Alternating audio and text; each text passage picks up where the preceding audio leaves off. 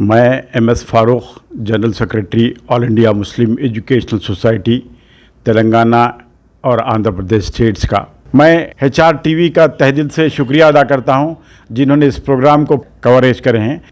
الحمدللہ آج کا ہماری تقریب جو ہم آصف پاشا صاحب جو فاؤنڈر پریزیڈنٹ اور پیٹرن ہیں ان کو لائف ٹائم اچیومنٹ ایوارڈ سے نوازا گیا اور تقریباً 100 ایمیننٹ ایجوکیٹرز جو 20 سال کی سروس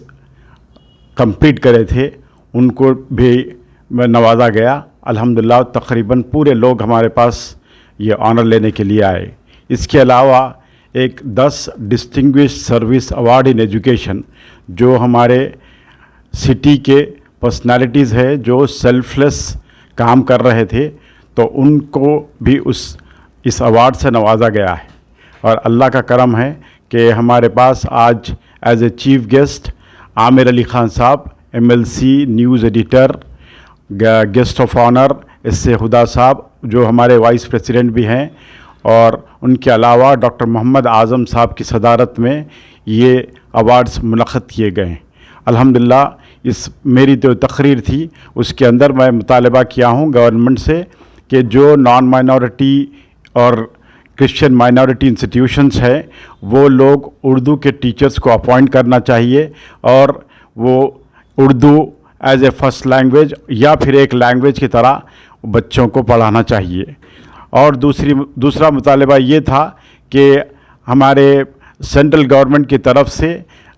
بچوں کو 9th سے پہلے کے بچوں کو اسکالرشپ سے ڈپرائیو کر دیا گیا، جو 6 سے لے کے 10 تک کے بچوں کو 6,000 اور 5,000 روپے ملتے تھے۔ آج کی تاریخ میں وہ لوگ کو کچھ بھی 1 روپیہ بھی نہیں مل رہا ہے سوائے ایک 9th 10th کے، اور وہ بھی جو ہے بہت کم لوگوں کو۔ تو میں ہمارے عامر علی خان صاحب MLC کے تھرو میں ریکویسٹ کر رہا ہوں کہ اسکالرشپ کو اسٹیٹ گورنمنٹ کی طرف سے دی جائے۔ اگر 5 یا 6,000 نہیں بھی ہو سکتے ہیں تو کم سے کم 4,000 روپے کا جو ہے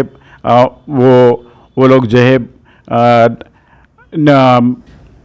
کم سے کم 4,000 روپے کے اسکالرشپس دیے جائیں تاکہ غریب بچوں کے ان کے ٹیوشن فیس یا پھر ان کے بکس یا یونیفارمز میں کام آ سکتے ہیں۔ الحمدللہ آج کا یہ ایوارڈز فنکشن بہت سکسیسفل رہا اور ہم بہت شکر گزار ہیں ہمارے عامر علی خان صاحب نیوز ایڈیٹر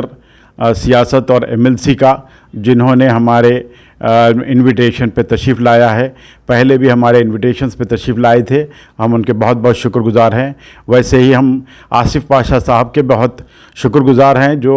طبیعت ناساز رہنے کے باوجود بھی ہماری گزارش پر وہ تشریف لا کر ہمارا جو لائف ٹائم اچیومنٹ ایوارڈ ان کو پیش کیا گیا اس کو قبول کیا ہے۔ اور ہم تمام شرکاء جو پرنسپلز ہیں جو 20 سال کی سروس کر چکے تھے تو ان کے بھی ہم بہت شکر گزار ہیں، جنہوں نے وہ کئی دور سے کرنول سے، کرناٹک سے اور کئی جگہوں سے جو ہے وہ لوگ یہاں پر تشریف لا کر ہمیں آنر دیا ہے۔ ہم بول رہے ہیں کہ ہمیں آنر دیا ہے کہ وہ لوگ ہمارا ایوارڈ قبول کریں۔ ہم تمام لوگوں کے شکر گزار ہیں۔ ہمارا جو پروگرام تھا یہ صرف اسٹیٹ لیول کی حد تک تھا۔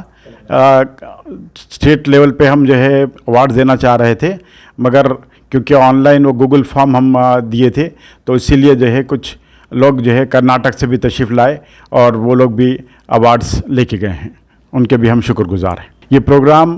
FTCCI پر KLN پرساد آڈیٹوریم میں